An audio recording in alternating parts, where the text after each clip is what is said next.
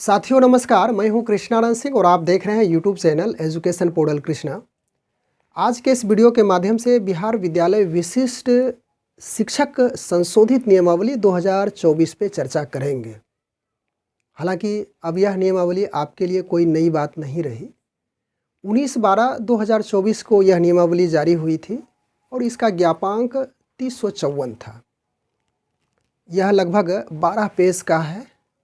12 page का अध्ययन आप बारीकी से किए भी होंगे, लेकिन मुझे ऐसा लगा कि इस नियमावली में कौन सी बातें फ़िलहाल वर्तमान समय में समझने लायक है और जानने लायक है। हालांकि इनके जितने भी पॉइंट्स हैं, हर पॉइंट पे हम लोगों को गौर करना ही होगा, लेकिन जो मुख्य बातें हैं उस पे इस वीडियो में हम लोग चर्चा करेंगे।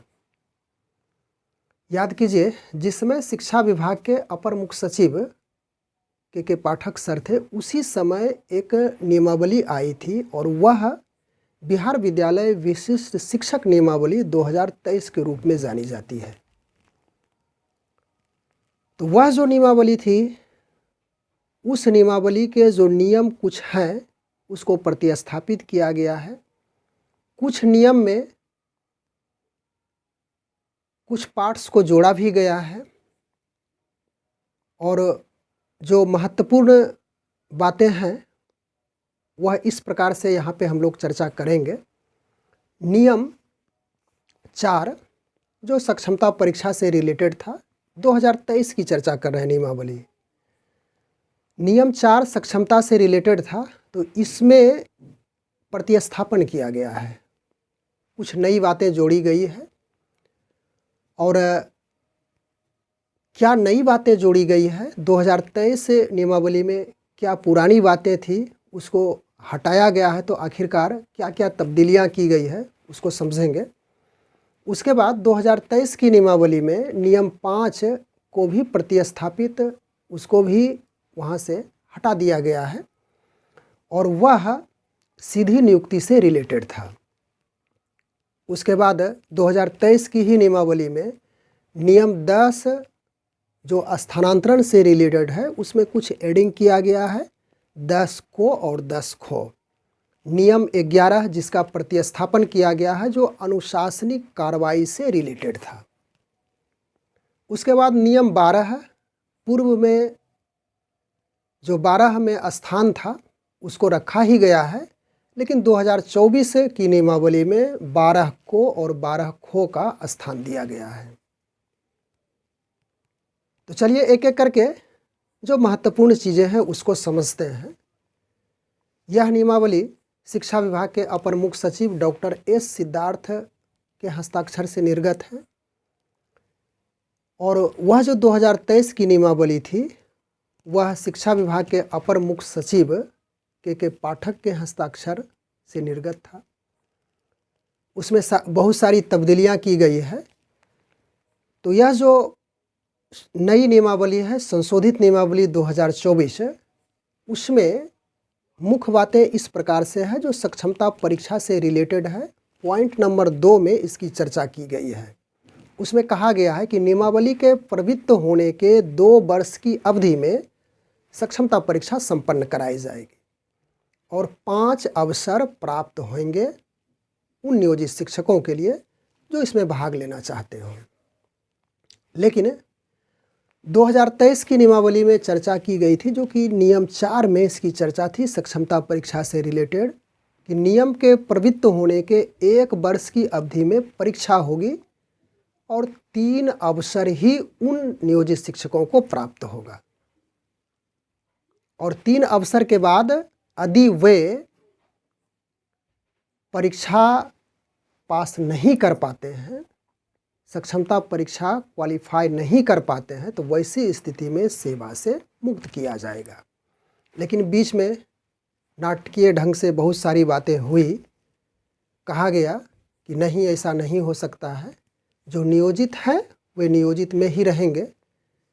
विभाग के द्वारा इस बात को स्वीकार किया गया और अब जा कर के यह जो संशोधित नियमावली 2024 आ चुकी है, इसमें दंड और शिकायत निवारण की चर्चा अधिक से अधिक की गई है और मुख्य बातें वही थी जिसकी हम लोग अभी फ़िलहाल चर्चा किए।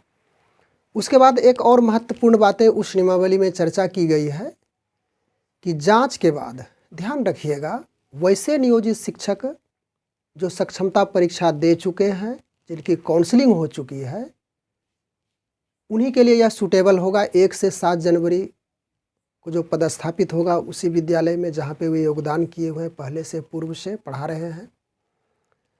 और जो उस समय योगदान यानी बीच में एक टर्म था, एक टाइमिंग थी, उस समय बीआरसी स्तर से इनको योगदान लेटर भी मिला था, नियुक्ति पत्र भी प्राप्त हुआ था, लेकिन उसको फिलहाल एक नए पत्र के माध्यम से निरस्त किया गया है। तो 2024 की नियमावली में एक चर्चा तो वह 2 वर्ष नियमावली के प्रवृत्त होने पे 5 अवसर प्राप्त होंगे। उसके बाद उनका शैक्षणिक प्रशैक्षणिक सभी कागजातों की जांच होने के बाद वह जिला स्तर से, जिला शिक्षा पदाधिकारी के स्तर से जांच किया जाएगा और औपबंधित नियुक्ति पत्र जारी किया जाएगा। उसके बाद 2024 की नियमावली में इसकी स्पष्ट चर्चा की गई है, जो कि 19/12/2024 में जारी हुई थी, कि इसका जो पदस्थापन विद्यालय कहाँ पे होगा, यानी पदस्थापन होने की स्थिति और कब से कब इसकी पदस्थापना होगी, वह अलग से एक लेटर जारी होगा। और वही लेटर 21/12/2024 को जारी हुई है, जिसका पत्रांक 2036 है और संदर्भ रखा गया है वही नियमावली का।